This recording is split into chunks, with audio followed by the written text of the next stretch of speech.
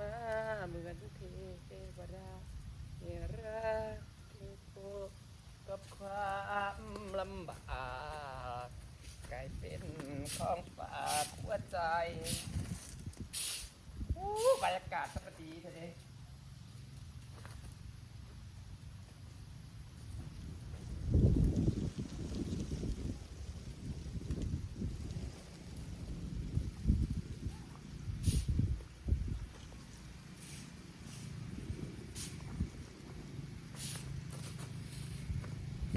สบายดีจ้ะพี่น้องจ้าปวดเหงื่อก่อนค่ะ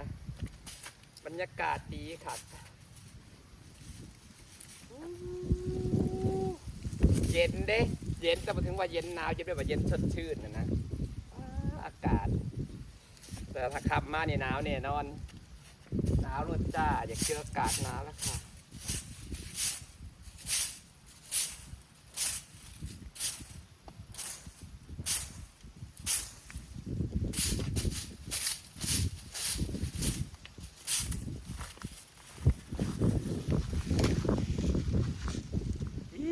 บรรยากาศดีขนาดพี่น้องจ้าบรรยากาศป้าขันเย็นซ้ำนี่เนาะเย็นตลอดปีตลอดชายคือสิโอเคเนาะพอถึงขันหนาวพอดีแถวปากซองบริเวณนี่บอกอากาศเย็นนี่บอกอยู่แล้วปักซองมันอากาศเขาดีผิวเขาดีๆผิวเขาดำผิวปลูกต้นไม้ปลูกยังกระงามอากาศดีบ้านเชียงเหนือนี่คืออีสานมันอยู่เชียงเหนือมันอากาศมันปกติเด้แม่นะคนแหล่ไปอยู่คนเดียวไรขาวคอยเลยขาวได้อากาศมันบรินี่ห้อนมันบ่ถึกแดดแถวเชียงขวางแถวไอ้สิมาพักกันตึกปลาไปกินจ้าหากเพื่อนก็อยากกินปลาคือกันนะคะแต่เพื่อนอยากกินจับนี่เด้นะหาเก็บปลาเอเลิศมากินจับปลากันเศษกินจับปลาพอดีอ่ะ13 บาทเอาหัวอาหารมาหวานก่อนได้แต่สิบ่ได้กินแห่งบ่มีแนวกินแรงอยู่นี่บ่ได้กินปลาโดดเลยลุยโอ้ยอากาศสัปดีเทเดพี่น้องลมหนาวออกแล้วเดี๋ยวจ้า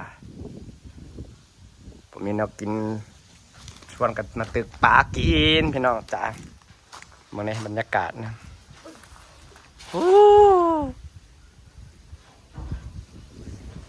จะว่าจะได้พวกปัดตะเพียตายเลยแพใหญ่ประเด็นนะมันจะได้แพน้อยจะได้ปลดปลาตะเพียนปลดปลานวลจันทร์เลยปลาเนี่ยก็ปลาจีนมาโอ้ยอากาศสัปดีแท้เด้ลมหนาวออกเลยพี่น้องอากาศดีขนาด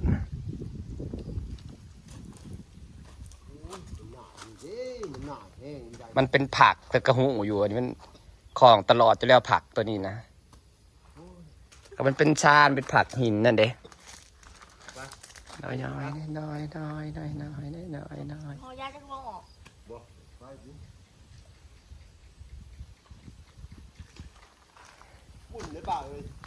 อุ่นนะและน้ำขัดอากาศเย็นนะน้ำพืชมันสิอุ่นได้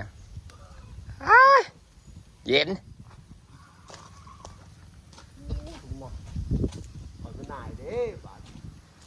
กินปลายำแรงพี่น้องอากาศดีนี่ลมพัดต้นไม้นี่งามพี่น้องนี่น้อยอ่อนเด็ต้นไม้กำลังงามป่างามในต้นลำซ้ำในเบื้องในก็งามต้นลำซ้ำมองทีไรก็สวยเปิดมือประเด็ดอย่างไรเพราะแต่ส้มแต่ต้นไม้แต่พี่น้องพ่อปองเหงาแต่ลมพัดวงใบมันลายสิบกลบ่เอาทางมาใส่ทิพย์มองอยู่มีแนวตักเลยโอ้ได้หลายตัวนี่พอ3 บาทได้ป่ะที่2จ้าใส่เสร็จแล้วซ้ำพอกินนางสิจำนะคะมันจะกินจำปากคนเดียวก็ได้เจียวแซ่บๆบ่ไข่ป่ะเฮ้ยถึงเบิ่งอย่างคือมันสิอมลูกมันมีวะลูกแค่ปากเนาะหากมันอมลูกเขาทิ่มลงน้ำเนี่ยมันสิคายออกเปิดเลยโอ้ปากตีนทรงบอล ากัดชวนกันไปตึกปลามากินพี่น้องบ่มีแนวกินอิ๊วอ้วนเฉยนะจ๊ะมาคอยได้ให้อาหารยังอ้วนตรงนี้เนาะตรงนี้ตุ้ย บอมกินเงินตามกินเนี่ยคนนี้กิน กินขี้ดินบ่วะกินขี้ดินบ่ เฮ้ยกินน้ำพริกได้กินงามเนาะ คือยังสิขายอาหารเนาะเนาะแต่บ่ค่อยนี่สิแต่มีเงินน่ะแต่ยังคิดแต่หัวโอ้ยการถ่าย YouTube ได้เงินก็แต่ก่อนสิขายอาหารแบบสม่ำเสมอนี่ปีหนึ่งนี่โหเนาะแต่สิแบบแปลกสวดได้ขายได้ปลาใส่นี่นะขายง่ายคือหยังนี่ ก็ปิ้งดีกินเพื่อตัวไปอิ่มนะ ขายง่ายได้ปลาใส่นี่มันยังแผ่ลูกมันยังแซวอยู่ถิ่มลงนี่มันยามันอมลูกถิ่มลงนี่มันสิคายลูกบรรยากาศดีจ้าตึกปลากินยามแรงจ้าพี่น้องเอาปลาเผาก็กินดุไปอยากกินจับแล้วกระดูกมันเอากับปีกแบบนี้ชิวๆบรรยากาศดีๆบาทที่3ไม่น้องบาทที่3ปุ้ย โอ้เมื่อคืนมีบุญด้วยเนาะ คือเก่งแท้ ปลายังแม่นมาปลาจีนนะ ปลาจีน ปลาจีนมันเต้นปานนั่นเปาะป้าคือเต้นถูกแท้ได้ประทันฮะถ้าขายติดจะเต้นวิสมบัติตัวใหญ่แต่เฮ้ย ปล่อย4 เดือน ป้า ปล่อย4 เดือน เพื่อหอดเอามากระสิบอลมันกินอหย่างวะ นกมัน7 8 9 10 ป้าเฮ้ยเขาจะปลาบริเกลืออาหารเขาจะสิเกลืออาหารเนาะนานๆจะได้หายที่ คือมาทื่อเลย เห็นบ่ มันใหญ่ไว้อย่างที่ปลาจีนนี่เนาะตุ้ยพร้อมฮะ ที่นายมีลูกปลาเป็น10 ผง เอาปลาจีนนี่บ่ลงวะบ่ต้องเกลือไอ้หยังถ้าแต่บัดปีใหม่มาแล้วกัดจับกินจับขายรถมันโลเท่าไหร่ปลาจีนเฮ้ย เจ้าของผู้จักเลย เขาคนที่ซื้อบ่จะหาอันลงเห็ดจังจะมันก็ไข่แล้วนี่ เขาขายดูน้องรอดนะโล90 บาท โอ้ยโล90มันกัดดีกว่าปลานิ่นแต่ว่าปลานิ่นยังได้80หนึ่งฮะ ว่าก็ดูน้องร่วมนั่น โอ๊ยพี่หนาลงปลาจีนเป็นได้นี่ ใหญ่อยู่ป่ะเนาะ ให้มันไข่พร้อมปลาขนาดบริเกลืออาหารคันเกลืออาหารคือตอนเขาเลี้ยงปลานิ่นใหม่ๆนี่โย่ปลานี่มัน10 ตัวโล2 โลผมว่าอดีตโลพระธาตุโตเมื่อกี้นะปลาเลี้ยงก็ตอนเขาเลี้ยงปลานิ่นใหม่ๆเขาให้อาหารเขาให้แบบมื้อละถังมื้อละ2 ถังมื้อละถังโอ้ยกับแต่นั่นน่ะปลาจีนน่ะสมันสิใหญ่อันนี้เลี้ยงปลาแบบเลี้ยงธรรมชาติเลี้ยงบ่ได้ให้อาหารนานๆที่จังได้ให้ พวกมันมาคือปลาจีนเนาะ หากเข้าว่ามันแผ่ได้เฮ้ยเจ้าปีหน้าจะเป็นสีไข่ประจัก ปลา ฮะ แพร่ เขาว่ามันแผ่ได้ปลาจีนนะเจ้าปีหน้าสีไข่ประจักตัวหนึ่ง น้องโต ตัวหนึ่งจ้าว้าสอนปลาจีนงามเลยได้2 ตัว เขาตึ้งมือตึ้งบาทเดียว4 โต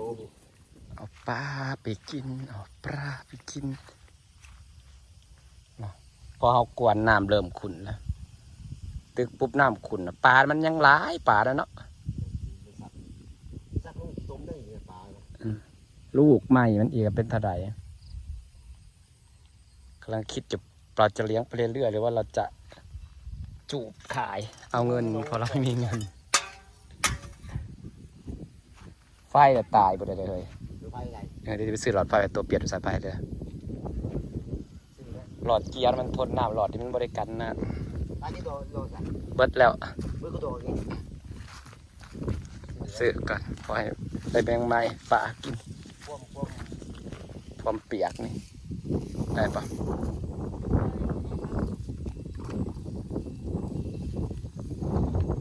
ไม่เล่าเลย มัดขึ้นคือการแยง ตัววางเหลือ ยันปลาปีนแต่เจ็กตัวบ่ ตกน้ มันเริ่มรี่แล้วหาปลาไปจำกินจ้าพี่น้องจ้า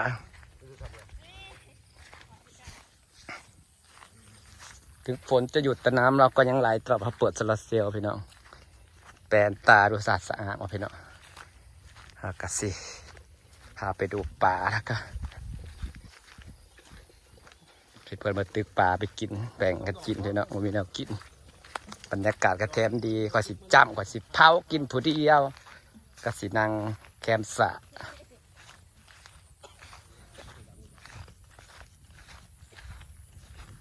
หอมบ่มี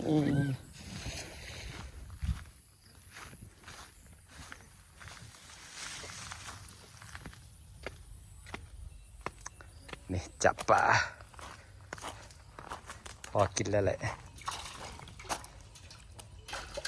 พอดีพอกินแล้วซ้ำนี่พอแล้วแหละไปซื้อหลอดไฟมาให้เพื่อนกันสิฝากบรรยากาศด้วยซ้ำนี่เด้อจ้าพี่น้องจ้า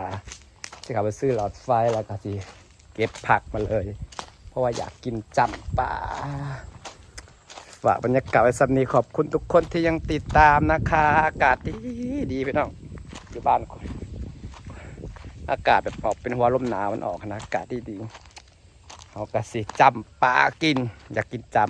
ำเผานะกินดุแล้วจะกินจำเห็ดแจวจำแซ่บมักนาวเขาก็มีอยู่ต้นน้ำหลายบางนาวนะนาวที่นั่งปลูกของนาวไรเม็ดมีเม็ดที่ต้นน้ำมันตายเลยมันผิดใบว่าจะตายสิบตายเป็นสูงอ่ะสิตายเป็นบางอ่ะพี่น้องบรรยากาศดีๆบ้างนะไม่ได้ลบนะฝากบรรยากาศไว้สักนิดละจ้าขอบคุณทุกคนที่ติดตามเด้อจ้าไปหาเก็บผักก่อน